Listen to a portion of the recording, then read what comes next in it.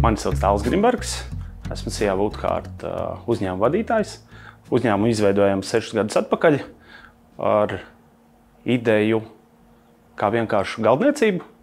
Jau gadiem ejot, esam ražošana, mēbeļu ražošana, durvju ražošana ar 80% eksportu.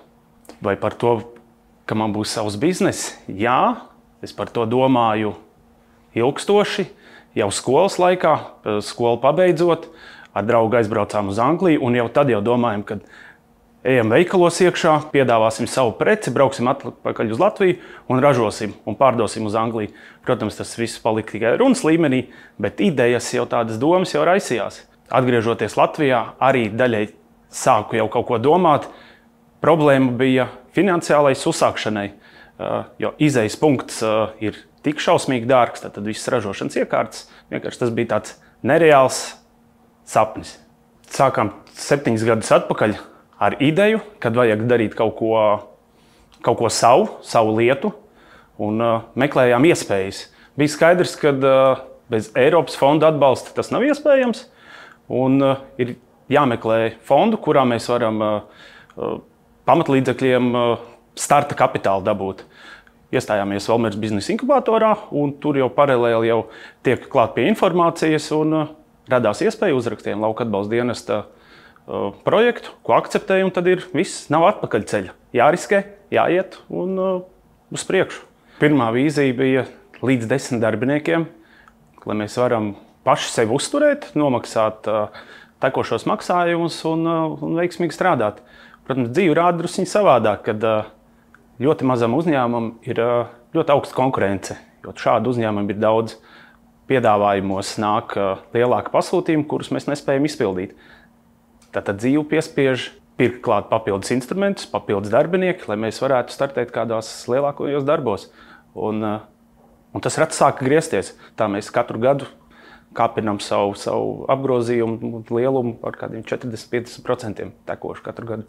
Un iespējams, šī arī mūsu veiksmes atslēga, kad krīzes gados šie mazākie darbi, viņi samazinās, strauji samazinās. Mums arī ar visām krīzēm, kas ir pēdējos gados bijušas, mēs esam gājuši viņām pāri. Un tā tad es teiktu, ka mūsu veiksmes atslēga viena no tām, kad mēs esam tik lieli, mēs varam paņemt lielus projektus un kopīgi viņus arī realizēt. Mūsu biznesa modelis ir ražošana pēc pasūtījuma. Tad mēs izgatavojam visu, ko klients vēlas. Ir lietas, kas ir ļoti tuvas sirdī mums, kas rada ļoti lielu gandarījumu, un mēs lepojamies. Un tajā pašā brīdī ir arī lietas, kas ir ļoti vienkāršas, pašsaprotams, nerada lielu lepnumu, bet viņas ir vajadzīgas, jo mēs viņas jau novērtējam, tā ka viņas nav. Sākumā baidoties par mūsu ienākumiem, par mūsu panākumiem, centāmies darīt visu maksimāli iespējamo.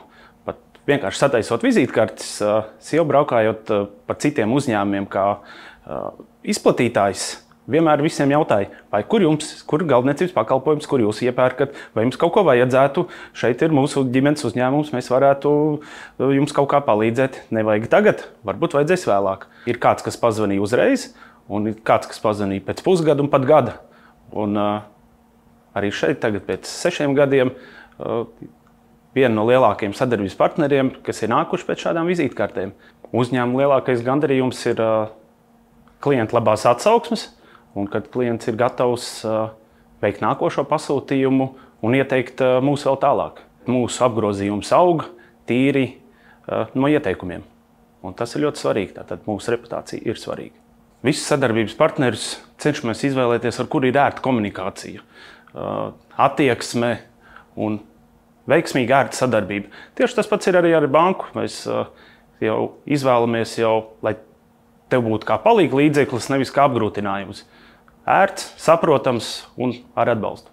Jau kā privātpersonai izmantojot Swedbanku, Swedbankai internetbanka bija visērtākā, vissaprotamākā. Ērti veikt pārskaitījumus un ļoti apmierinoši man.